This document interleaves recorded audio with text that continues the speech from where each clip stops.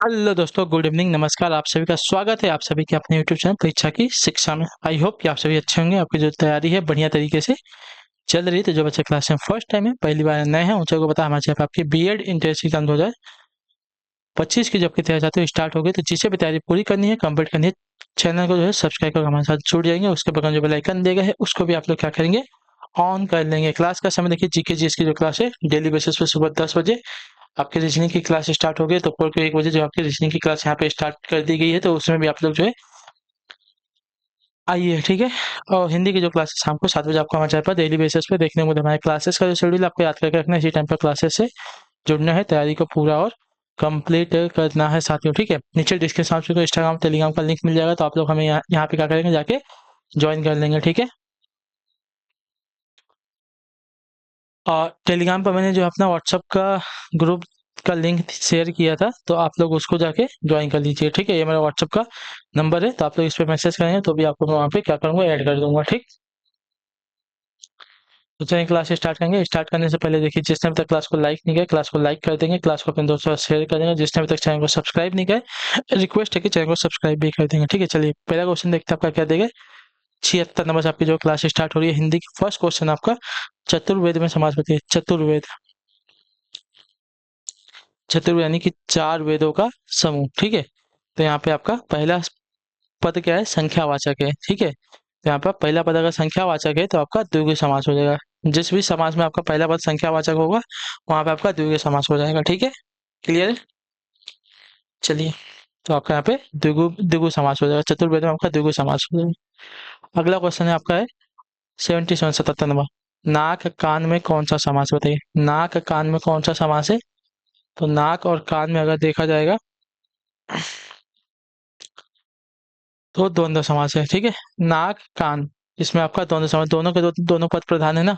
नाक भी प्रधान है, कान भी प्रधान है, और इसमें योजक का चिन्ह भी लगा हुआ है, ठीक है। तो इसमें आपका द्वंद्व, जहाँ पे आपके दोनों पद प्रधान होते हैं वहां पे आपका द्वंद्व समास होता है, ठीक है। क्लियर है। चलिए अगले क्वेश्चन की तरफ बढ़ेंगे। 78 है, 78 नंबर है। अनुनय विनय से भी न पसीजना, इनमें से किस मुहावरे का अर्थ बताइए। अनुनय विनय से भी न पसीजना, इसमें से किस मुहावरे का अर्थ है।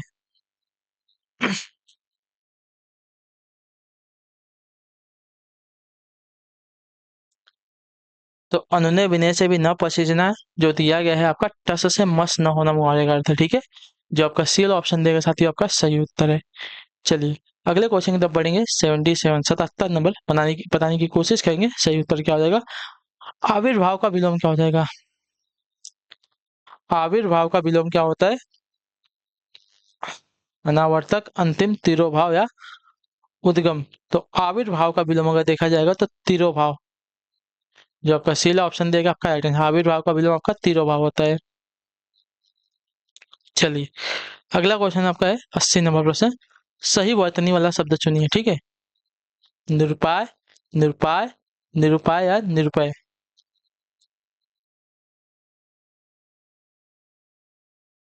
तो यहाँ पे जो दिया गया निरुपाय, ये वाला ऑप्शन जो दिया गया है इसकी वर्तनी शुद्ध है, ठीक।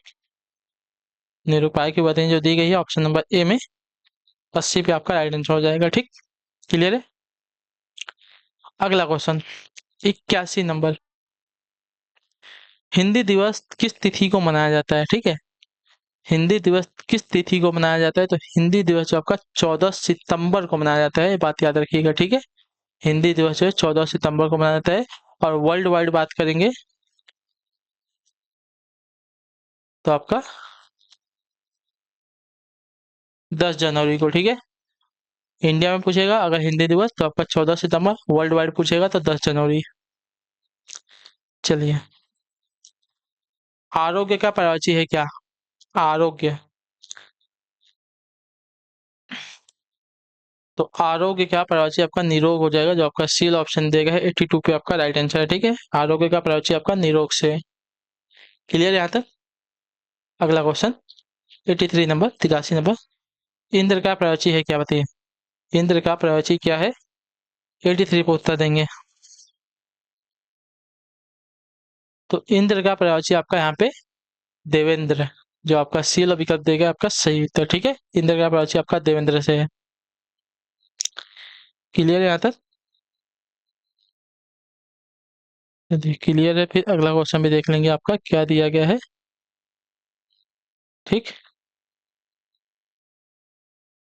अगला क्वेश्चन आपका है 84 84 नंबर। कानन किस शब्द का विलोम है, बताइए।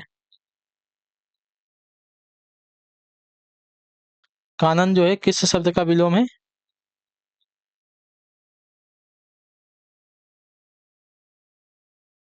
तो कानन जो है दिया गया है यहाँ पे शहर, शहर का विलोम शब्द है, ठीक है। कानन जो दिया गया है शहर का विलोम शब्द है साथियों। क्लियर। अगला क्वेश्चन है आपका है, विलोम मतलब उल्टा होता है ना। 85, कृतज्ञ इनमें से किसका विलोम है? कृतज्ञ ना, तो कृतज्ञ इनमें से होगा कृतज्ञ का, ठीक है। एक का अर्थ होता है उपकारों को मानने वाला, और दूसरे का अर्थ होता है उपकारों को न मानने वाला, ठीक है। तो कृतज्ञ का विलोम आपका कृतज्ञ से हो जाएगा। क्लियर सभी को यहाँ तक? चलिए 85 क्लियर। तो अगला क्वेश्चन आपका 86 86 नंबर। निम्नलिखित में से कौन सी रचना धर्मवीर भारती की नहीं है, ठीक है। कौन सी रचना जो है धर्मवीर भारती की रचना नहीं है?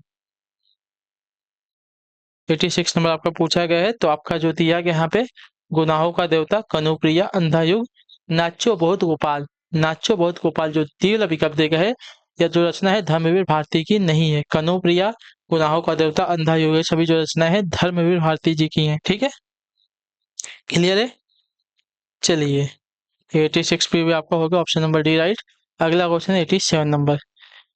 लेखक में प्रत्यय बताइए, ठीक है। लेखक में प्रत्यय बताइए। तो लेखक में अगर प्रत्यय की बात की जाएगी, तो लेखक का प्रत्यय जो दिया गया है आपका ऑप्शन नंबर सी, अक, ठीक है। प्रत्यय मैंने आपको बताया है। तो प्रत्यय क्या होता है? प्रत्यय जो है शब्दांश के अंत में लगकर शब्द का अर्थ बदलते हैं, ठीक। लेख के अंत में अक लगा है तो लेखक हो गया है। पावक शब्द में प्रत्यय बताइए, ठीक है। पावक, तो पावक में भी आपका अक प्रत्यय है साथियों। क्लियर है। पावक में भी आपका अक प्रत्यय लगा हुआ है। चलिए पावक भी हो गया आपका। 89 नंबर, 89 नंबर है। राज ऋषि का आ, राजर्षि, ठीक है।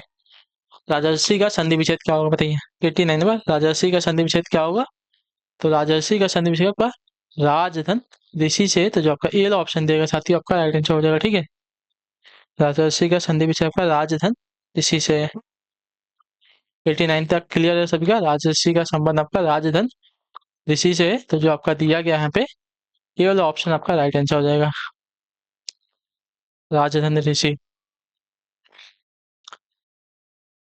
अभ्यर्थी में कौन सी संधि है, बताइए। अभ्यर्थी में कौन सी संधि है? 90 नंबर दिया गया है। तो अभ्यर्थी, अभ्यर्थी में आपका यड़ संधि है साथियों, ठीक है। जो आपका बी वाला विकल्प दिया गया आपका राइट आंसर, अभ्यर्थी में आपका यड़ संधि रहता है।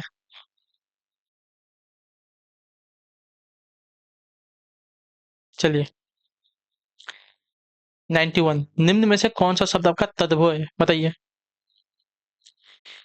गृह, अग्नि, घर और क्षीर। तद्भव शब्द आपका यहाँ पे जो घर दिया गया है आपका तद्भव शब्द है, ठीक है। संस्कृत के ऐसे शब्द जो परिवर्तन के बाद हिंदी भाषा में प्रयोग किए जाते हैं या हिंदी भाषा में आए हुए हैं, उन्हें जो है तद्भव कहा जाता है, ठीक है। तो यहाँ पे जो घर दिया गया है आपका तद्भव है। गृह, अग्नि, क्षीर आपके क्या है? तत्सम शब्द है। ये गृह का तद्भव आपका घर है, ठीक है, इतना याद रखिएगा। अग्नि का आग तद्भव हो जाएगा। व्याकरण दर्पण किसकी रचना, बताइए। 92 नंबर, व्याकरण दर्पण किसकी रचना है? तो व्याकरण दर्पण की अगर बात की जाएगी तो शिवपूजन सहाय जी की रचना है।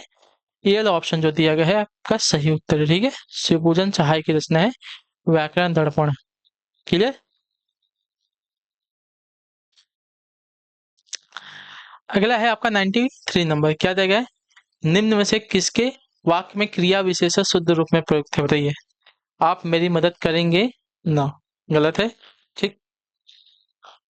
मानसिक दासता सदा काल से चली आ रही है। इसमें जो आपका दिया गया है मानसिक दासता सदा काल से चली आ रही है, क्रिया विशेषण अशुद्ध रूप में प्रयुक्त हुई है, ठीक है। क्लियर है। क्लियर है कि नहीं? मानसिक दासता, दासता सदा काल से, ठीक है, सदा काल से। इसमें जो आपका क्रिया विशेषण अशुद्ध रूप में प्रयोग हुआ है, इतना याद रखिए, ठीक है। वह न सोता है न खाता है। क्लियर है? वो न सोता है न खाता है, वह धीरे धीरे चला जा रहा है। सभी शुद्ध हैं एक को छोड़ के। 94 नंबर, सब कुत्ते एक साथ दौड़ रहे हैं, इस वाक्य में कौन सा विशेषण है? ठीक है, क्या दिया गया है? सब कुत्ते एक साथ दौड़ रहे हैं, इस वाक्य में कौन सा विशेषण हमसे पूछा है ना। तो सब कुत्ते एक साथ दौड़ रहे हैं, अनिश्चित संख्यावाचक विशेषण है इसमें, जो आपका ए वाला विकल्प देगा साथियों, आपका राइट आंसर हो जाएगा। ठीक है, सब कुत्ते एक साथ दौड़ रहे हैं, इस वाक्य में आपका अनिश्चित संख्यावाचक विशेषण है, जो ए वाला विकल्प देगा 94 पे आपका सही उत्तर साथियों। चलिए अगले क्वेश्चन की तरफ बढ़ेंगे। आपका है 95 में 95। जिस संज्ञा से अनेक वस्तुओं अथवा प्राणियों के समूह का बोध होता है उसे क्या कहते हैं? ठीक, क्या पूछा था, कौन सा विशेषण है? सब कुत्ते एक साथ दौड़ रहे हैं, यानी कि सब पूछा है, कि हाँ अनिश्चित संख्यावाचक में आ जाएगा। चलिए, जिस संज्ञा से अनेकों वस्तुओं अथवा प्राणियों के समूह का बोध होता है उसे क्या कहते हैं? तो उन्हें जो है आपका समूहवाचक या जातिवाचक, बताइए क्या कहेंगे? दो चीज कंफ्यूजन है, तो यहाँ पे जो उन्होंने समूहवाचक संज्ञा कहेंगे। ठीक है, समूह पूछा है ना, वस्तुओं अथवा प्राणियों के समूह का बोध, अगर पूरी जाति अगर बोलता तो जातिवाचक में आता। ठीक है, चलिए अगला क्वेश्चन है आपका है 96 नंबर। निम्न में कौन रचना की दृष्टि से शब्द का भेद नहीं, बताइए निम्न में कौन रचना की दृष्टि से शब्द का भेद नहीं है? तो रचना की दृष्टि से शब्द का भेद जो दिया गया है विदेशज। ठीक है, ये उत्पत्ति की दृष्टि से शब्द का भेद हो जाएगा। ठीक है, बाकी रूढ़, यौगिक और योग रूढ़, ये सभी आपकी रचना की दृष्टि से शब्द के भेद हो जाएंगे। और देशज, विदेशज, तद्भव, तत्सम, ये सभी क्या है? तो उत्पत्ति की दृष्टि से शब्द के भेद हो जाएंगे। ठीक है, चलिए अगले क्वेश्चन की तरफ बढ़ेंगे। आपका है 97 नंबर। गायक का सही संधि विच्छेद क्या है? गायक, गायक का संधि विच्छेद क्या होता है?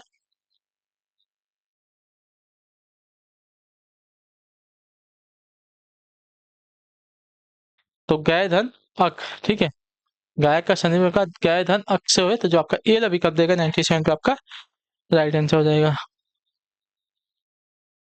अगला क्वेश्चन आपका 98 नंबर। व का उच्चारण स्थान क्या है? व का उच्चारण स्थान क्या है?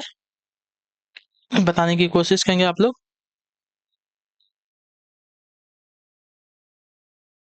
व का उच्चारण स्थान क्या है यहाँ पे? तो व का उच्चारण स्थान अगर देखा जाएगा तो यहाँ पे दंतोष्ठ है, मैंने इसके बारे में आपको बताया है, तो ये वाला ऑप्शन देगा आपका राइट आंसर हो जाएगा। ठीक है, क्लियर है? अगला क्वेश्चन आपका 99 नंबर। अमीर खुसरो की रचनाएं किस बोली में रचित है? बताइए अमीर खुसरो की जो रचनाएं हैं किस बोली में रचित है, हमको ये बताइए। तो अमीर खुसरो की जो रचनाएं हैं खड़ी बोली में रचित है। ठीक है, जो आपका सी वाला विकल्प देगा आपका राइट आंसर। अमीर खुसरो को जो खड़ी बोली का जनक कहा जाता है, पिता कहा जाता है। ठीक है, चलिए 100 नंबर प्रश्न। लब्ध प्रतिष्ठ में समास बताइए। लब्ध प्रतिष्ठ में समास कौन सा है? तो लब्ध प्रतिष्ठ में समास आपका बहुब्रीहि समास है। ठीक है, जो आपका डी वाला विकल्प देगा आपका राइट आंसर। लब्ध प्रतिष्ठ में आपका बहुब्रीहि समास है साथियों। क्लियर है यहाँ तक?